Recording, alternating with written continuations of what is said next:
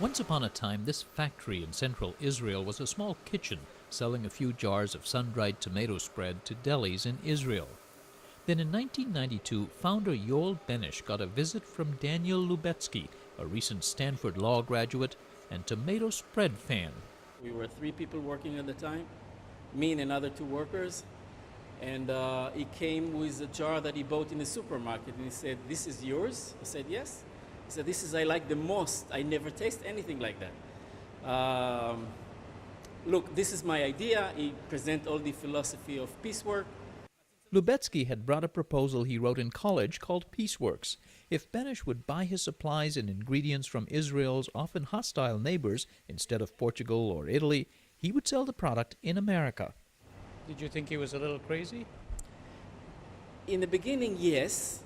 But Lubetsky, who grew up in Mexico, the son of a Holocaust survivor, made the case that trading with Arab and Muslim neighbors was not just good for peace, it was good business. Because it's closer than Portugal to buy the glass from Egypt, but also the sun-dried tomatoes are fresher, the olives, the eggplant, the basil. You were also importing the basil from Italy. We found a farm in Uja, which is a Palestinian village.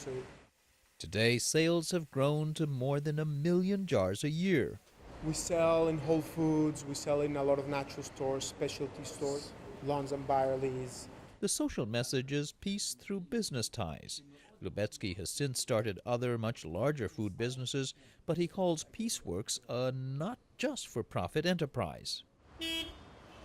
He's channeled 5% of Pieceworks' profits into a grassroots group he started called One Voice, to raise the voice of moderates, he says. We're moving from theory into action, and the first part of the action is actually visualizing what is it that the people are going to do, and then helping empower the people to actually start building a two-state solution. One Voice has several 100,000 signatures from supporters. Its young volunteers, Palestinian and Israeli, campaign for their vision of peace, an independent Palestine on land captured by Israel in the 1967 war. The two nations would share a capital in the historic city of Jerusalem. Also in the One Voice media campaign are films to fire up its mostly young supporters. This one imagines Israel and Palestine co-hosting the 2018 Soccer World Cup. Do you think we'll have an independent Palestine? Not as I see the situation now. But as they hit the pavement, video cameras in hand to make more films, One Voice's volunteers find a far more pessimistic reality. Life is very bad here in Palestine, and the situation is deteriorating because of the wall, because of the settlements which are eating up our land. In the West Bank city of Ramallah, there's anger over Jewish settlements built on land Israel captured in 1967, and the wall that Israel calls its security barrier. Also infighting in the Palestinian leadership. There is a siege on the people. We've become two peoples, two lands, and we're taking a passive role in this. We were a people active and alive, but our politicians are standing in the way. Israeli volunteers also met many skeptics. They too cited the bloody power struggle within the Palestinian territories between the Fatah party of President Mahmoud Abbas, which controls the larger West Bank, and the Islamist Hamas party, which now controls the Gaza Strip. You have to look back. It goes back 4,000 years. It has nothing to do with politics. It's a jihad war. And who can we make peace with? Hamas? Fatah? What about Al-Qaeda? Sadly, when I talk to Israeli groups or to American Jewish groups, they don't know that you exist. They don't see those eyes. They don't see the humanity of the people because unfortunately the media doesn't show that to them. And I assume it's the same case for you, that you only see the worst of the Israeli side. At a meeting of One Voice volunteers and supporters in the West Bank city of Nablus, Lubetsky said large majorities on both sides are moderates who support a two-state solution, but each views the other as lacking the leadership to carry out a peace treaty. I definitely think that we are swimming upstream, and it makes it very difficult for the vast majority of moderates who would benefit from connecting with one another and from meeting to be able to express themselves. The growing tension has also made it difficult for Yoel Benish's business.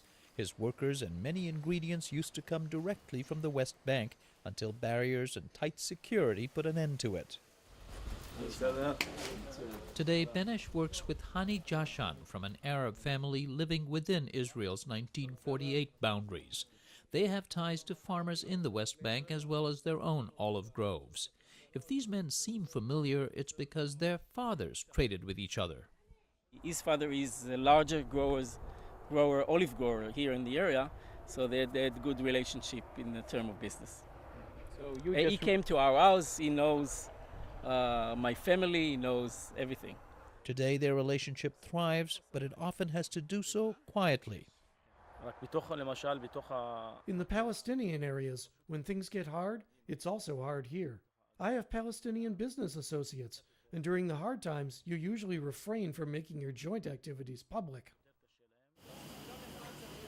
Similarly, the venture's Israeli factory makes many products for other brands besides Peaceworks, but we were asked not to film the other brands for fear that the association might affect sales in the Israeli market. This idea of trading with the Arabs is not very popular in Israel as well, right? Yeah, you're right. And the reason we are working in spite of all the problems, is due to our belief that it will help eventually. It's very important for this kind of business to exist, because that creates a channel of communication, now that the political communication practically doesn't exist. Also, when business is thriving, people's standard of living will go up, and I think it's imperative that the Palestinian people will get out of the economic blight they're facing. That's also very important to the Israelis, because we are neighbors. Lubetsky says the forbidding political climate has made it difficult to scale up Peaceworks so it could have a wider impact. When the time comes, and the time is not going to be today, the minds are not ready. But if you start providing this content in 1 or 2 years, when you have that momentum, you're going to be able to then activate them and then get them to do the marches and do the street activations. The One Voice group hopes things will change through dogged campaigning by younger Israelis and Palestinians. Before I started Peaceworks, when I was in college, I remember one of my thesis advisors thought that I was naive and crazy and it could never be done, and gave me all the list of why it couldn't be done. And then eventually I did it. And it's a little bit more of a stable idea and more of an accepted idea now, but it wasn't 17 or 20 years ago. So I think sometimes it's good to be a little naive and to just be willing to take risks and to not know that you're crazy. Then when you look back, you can't believe you did it. This year, One Voice will spend $1.4 million, money raised in part from the sale of food products, but also now from several Israeli, Arab, and American donors.